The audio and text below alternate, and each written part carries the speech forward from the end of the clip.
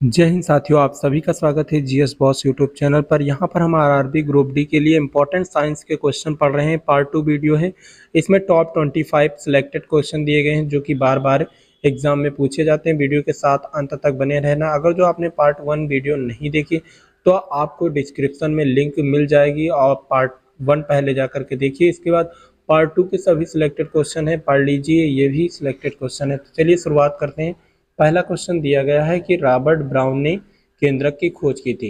देखिए, Robert brown ने किसकी खोज की थी? तो केंद्रक की खोज की थी 1831 में। 1831 में रॉबर्ट ब्राउन के द्वारा केंद्रक की खोज की गई थी। किसमें की गई थी? तो आर्किड के जो पौधा होता है उसकी जड़ों में, आर्किड के पौधों की जड़ों में किसकी खोज की गई थी? रॉबर्ट ब्राउन के द्वारा केंद्रक की खोज की गई थी। चलिए अगला क्वेश्चन देखते हैं। अगला क्वेश्चन दिया गया है पॉजिट्रॉन के खोजकर्ता है। पॉजिट्रॉन के खोजकर्ता कौन है? तो पॉजिट्रॉन के खोजकर्ता जो है एंडरसन है। एंडरसन जो है पॉजिट्रॉन के खोजकर्ता है। ऑप्शन नंबर 20 का राइट आंसर हो जाएगा। अगला क्वेश्चन देखते हैं। निम्नलिखित में से कौन सी भौतिक राशि एक अदिश राशि नहीं है? अगर जो बात करते हैं द्रव्यमान, देखिए द्रव्यमान क्या है? एक प्रकार की अदिश राशि है और जो है आयतन भी अदिश राशि है और समय भी अदिश राशि। लेकिन चुंबकीय तीव्रता की बात करें तो ये जो है क्या है? एक सदिश राशि है।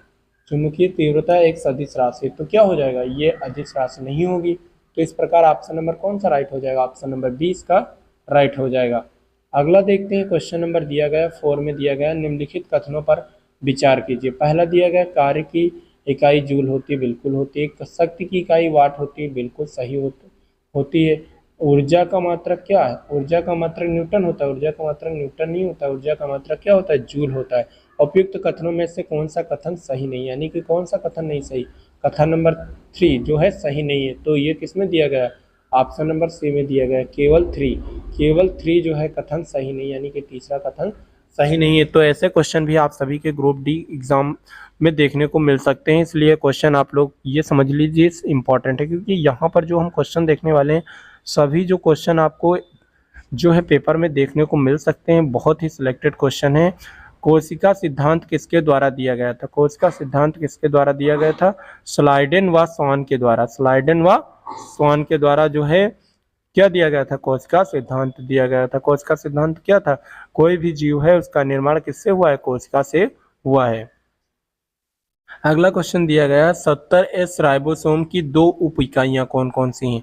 तो 50S प्लस 30S, यानी कि 50S और 30S जो है 50S व 30S जो है इसकी उप इकाइयां हैं 670S के राइबोसोम्स की। तो इसमें कौन सा राइट आंसर हो जाएगा? ऑप्शन नंबर ए में दिया गया 30S प्लस 30S व 50S या प्लस भी बोल सकते हैं। चलिए अगला क्वेश्चन देखते हैं।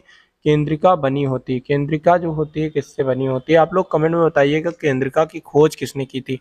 तो केंद्रिका किसकी बनी होती है? प्रोटीन व आरएनए की बनी होती है। तो इस प्रकार इसमें कौन सा राइट आंसर बन जाएगा? Option number B right answer बन जाएगा। केंद्रिका जो है प्रोटीन व आरएनए की बनी होती है। अगला क्वेश्चन देखते हैं। हरित लवक, हरित लवक में कौन सा तत्व पाया जाता है? हरित लवक में कौन सा तत्व पाया जाता है? तो हरित लवक में मैग्नीशियम तत्व पाया जाता है। इससे कैसे किससे प्रदर्शित करते हैं? Mg से प्रदर्शित करते हैं। तो कैल्शियम जो है, मैग्नीशियम जो होता है इसमें पाया जाता है, हरित लवक में पाया जाता है। इसमें कौन सा राइट आंसर हो जाएगा? ऑप्शन नंबर ए, मैग्नीशियम हरित लवक में पाया जाता है। अगला क्वेश्चन देखते हैं। क्वेश्चन नंबर 9, ये भी इम्पोर्टेंट क्वेश्चन है क्योंकि ये एग्जाम में पूछा भी गया ग्रुप डी में और आगे भी पूछे जाने की संभावना है। निम्नलिखित में से लाइसोसोम के खोजकर्ता कौन है? लाइसोसोम के खोजकर्ता जो है डी ड्यूबी है। ड्यूब लिखा हुआ है, डी ड्यूब जो है किसके लाइसोसोम के खोज करता है? डी ड्यूबी भी कहीं कहीं पर लिखा होता है, तो डी ड्यूब इसका राइट आंसर हो जाएगा, ऑप्शन नंबर ए। अगर देखते हैं क्वेश्चन नंबर 10 में दिया गया निम्नलिखित में से झिल्ली रहित कोशिकांग कौन सा है? तो झिल्ली रहित अगर जो बात करते हैं माइट्रोकांड्रिया, माइट्रोकांड्रिया में भी झिल्ली होती है और राजधानी में भी झिल्ली होती है और लाइसोसोम में झिल्ली होती है, लेकिन राइबोसोम एक झिल्ली रहित कोशिकांग है। तो इस प्रकार इसका right answer option number C बन जाएगा। चलिए अगला क्वेश्चन देखते हैं।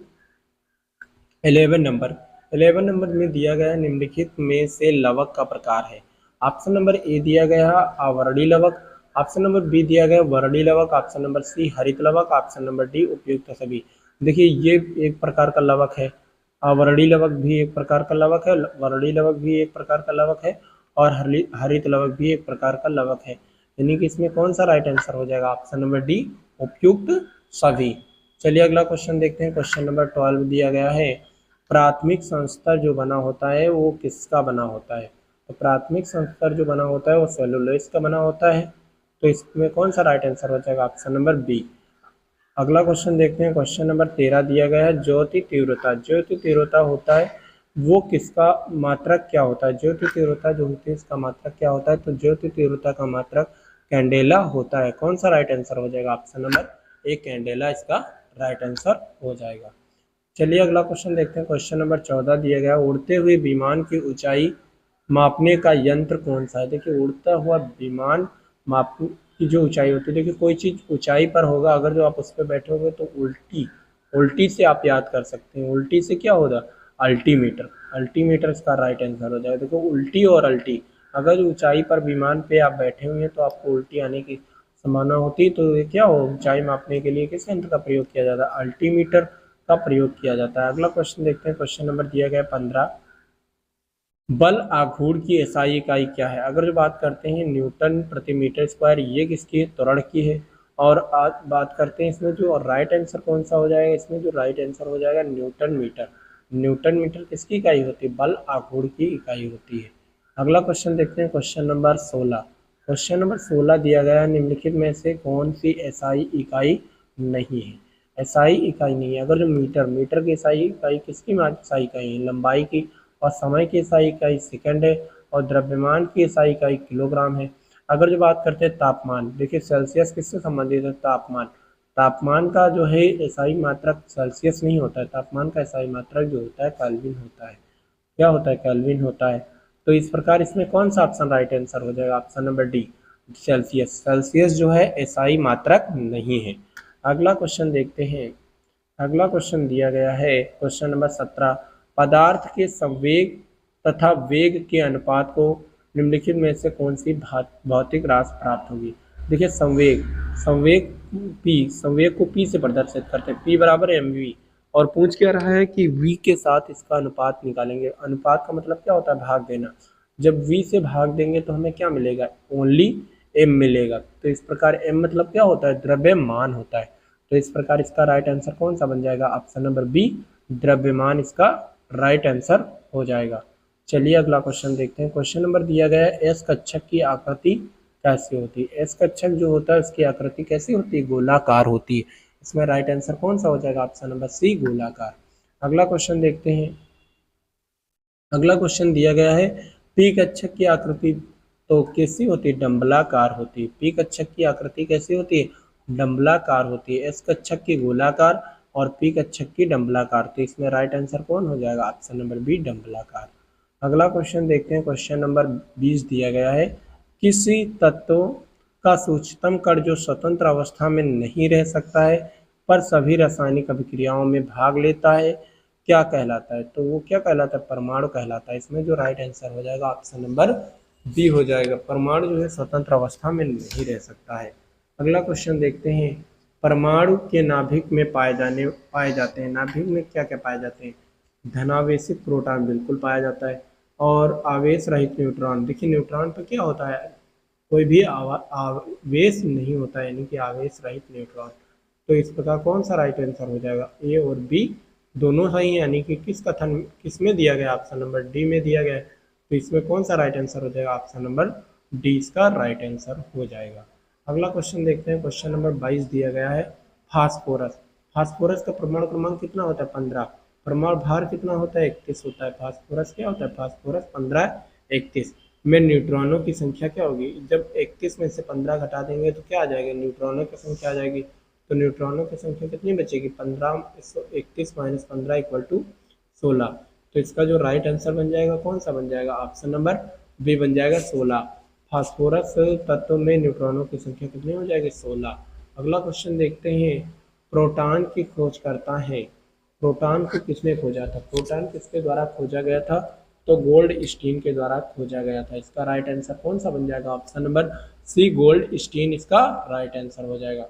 अगला क्वेश्चन देखते हैं, निम्नलिखित में से हाइड्रोजन का समस्थानिक नहीं है। तो हाइड्रोजन का कौन समस्थानिक नहीं? प्रोटियम की बात करें तो ये है, और जो है हाइग्रेशियम नहीं है, हाइग्रेशियम नहीं है।